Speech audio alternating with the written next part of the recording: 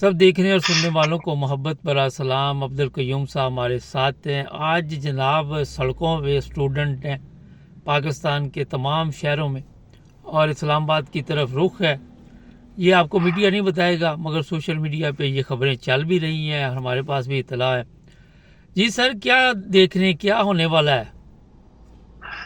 مبارک صاحب, پہلی بات یہ ہے کہ یہ جو گورنمنٹ کے میڈیاز ہیں, جیسے یہ آپ کہیں کہ ٹیلی ویژن جو میڈیا ہے, یہ تو کچھ بھی نہیں بتا رہا لوگوں کو, چونکہ یہ بکے ہوئے لوگ ہیں.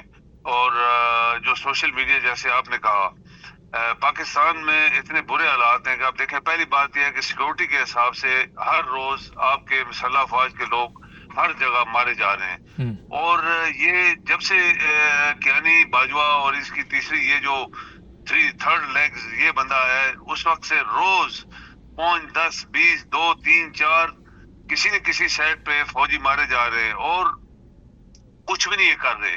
لیکن جو سب سے بڑا حادثہ ہوا ابھی 2-3 دن پہلے بلوچستان میں, اب دیکھیں وہاں پہ بلوچستان لبریشن آرمی BLA کون ہے کیا ہے ہمیں پتہ نہیں ہے, لیکن یہ اتنی بڑی فوج ہے جو ادھر لگی ہوئی ہے اور ان کے بس میں نہیں ہے کہ ان BLA والوں کو کنٹرول کرے. وہ کہتے ہیں کہ ڈیرہ بگٹی میں BLA کی اور پاکستان آرمی کی بہت بڑی جنگ ہوئی ہے جی. اور اس میں کم از کم پاکستانی جو ہیں وہ 120 آرمی کے لوگ مارے گئے ہیں. یہ سوشل میڈیا کے اوپر خبریں, مختلف میڈیا نے خبریں دی ہے. تو آپ کو تو ٹی وی پہ نہیں انہوں نے بتایا. ابھی ایک کل خبر ہے تھی کہ 70 آدمی مارے گئے ہیں, لیکن ایکچولی وہ کہتے ہیں کہ 150 سے بھی زیادہ انہوں نے مارے, BLA والوں نے مارے پاکستان کی ریگولر آرمی کو.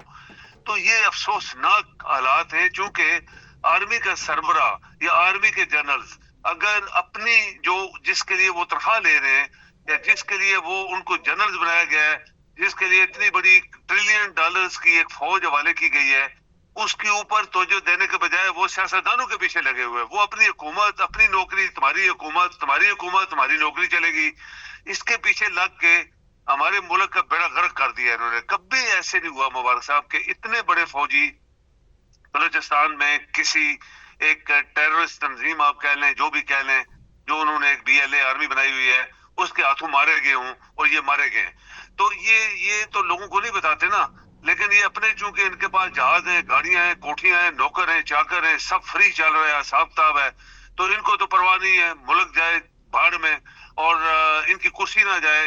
اوپر جو بیٹھے ڈاکو بیٹھائے ہوئے, انہوں نے خود بیٹھائے ہوئے ڈاکو, چونکہ ڈاکو ہوں گے تو ان کی حکومت, ان کی سیٹیں چلیں گی. تو یہ پاکستان کے انٹرسٹ کے خلاف سب کچھ ہو رہا ہے 2 2.5 3 سال سے. پاکستانی کیا موف ہیں, کیا بد دماغ لوگ ہیں, نالائق لوگ ہیں کہ ان کو آج تک پکڑ نہیں سکے یہ ملک میں ہمارے کیا ہو رہا ہے. سر جیسے اسٹوڈنٹس ہیں, ایک بندے کو ایک سیاستدان کو اندر کر دیا بس, چونکہ وہ پاکستان کو آگے لے جانا چاہتا ہے, پاکستان میں دیانتدار قیادت لانا چاہتا ہے, پاکستان کی عزت بڑھانا چاہتا تھا, اس کو انہوں نے اندر کر دیا اور پورا ملک جو ہے اس کو انہوں نے اس طرح کے حالات میں پھنسا دیا ہے. سر اسٹوڈنٹ باہر آ گئے ہیں, سڑکیں بھری پڑی ہیں, اسلام آباد, پنڈی, ہر جگہ پہ. آپ دیکھ رہے ہیں کہ کوئی حالات جو ہیں ایسے نہ بن جائے جو بنگلہ دیش کے تھے. دیکھیں مبارک صاحب, پاکستان کے لوگ اگر بنگلہ دیش کو فالو کریں, جیسے بنگالی کہتے ہیں کہ ہم نے پاکستان بنایا تھا, ہم نے پاکستان کو توڑا تھا, ہم نے آج مافیاز کو بھی شکست دے دی ہے. یہ بنگالی کہتے ہیں چھوٹا سا ملک ہے, تھوڑے لوگ ہیں, تو ہم جو ہے پاکستانی, یہ تو مافیاز ہمارے اوپر 75 سال سے چڑھے ہوئے ہیں, ہم نے تو کسی کو شکست نہیں دے سکے, ہم دے ہی نہیں سکے. تو ابھی بھی اسٹوڈنٹس اگر ہیں, اگر یہ اپنے ملک کے لیے کام کرتے ہیں اور جس طرح بنگلہ دیش نے کیا, بنگالی اسٹوڈنٹس نے کیا, اس طرح یہ کریں. یہ مافیاز ہمارے اوپر, ججز کے جو مافیاز ہیں, جو سیاستدان مافیاز ہیں, جو باقی ان کے ساتھ ملے ہوئے لوگ ادارے ہیں مافیاز ہیں, ان کو شکست دے سکتے ہیں اور بہت جلدی دے سکتے ہیں اگر ان کے اندر وہی اسپرٹ ہو جو بنگلہ دیشی اسٹوڈنٹس میں تھا.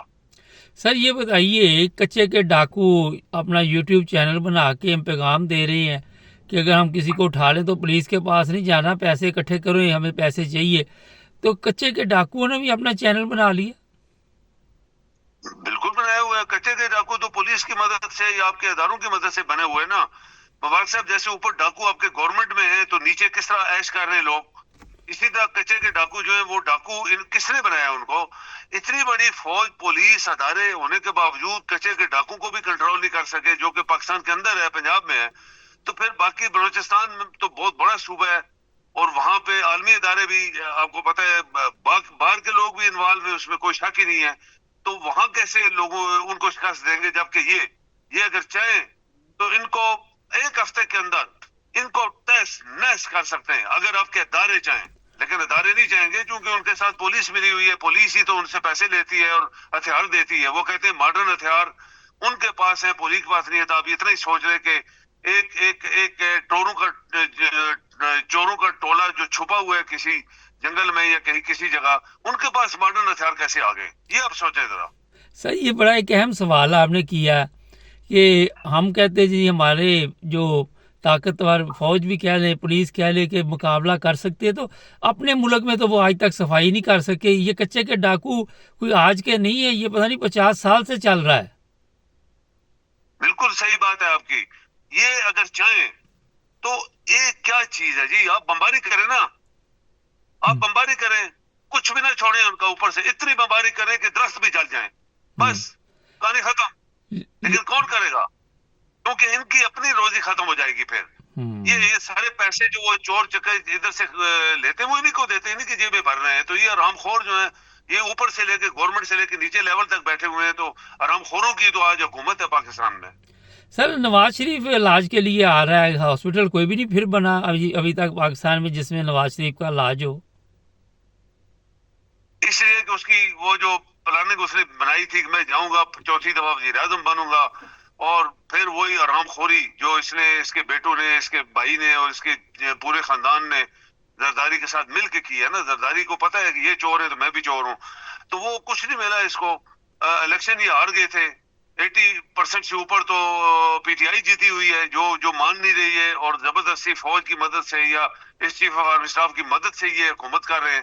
تو اس کو جب پتہ لگا میرے پاس تو کچھ بھی نہیں ہے، تو وہ جو بھاگ کے یہاں سے ڈاکو گیا تھا واپس آیا. اس کو ریسٹ کرتے، تم کس طرح سائن کر کے گیا تھا ایک کنٹریکٹ علاج کرانے، وہاں جا کے کسی کلینک میں بھی نہیں گیا، پھر واپس آ گیا کھا پی کے دوبارہ وزیر اعظم بننے کے لیے. ابھی دیکھا کچھ نہیں ملے، تو وہی انگور کھٹے، بس اس کے پھر انگور کھٹے، یہ پھر علاج کے لیے وہاں جائے گا. یہ ڈاکو بہت پرانے، ان کی ایک فطرت ہے.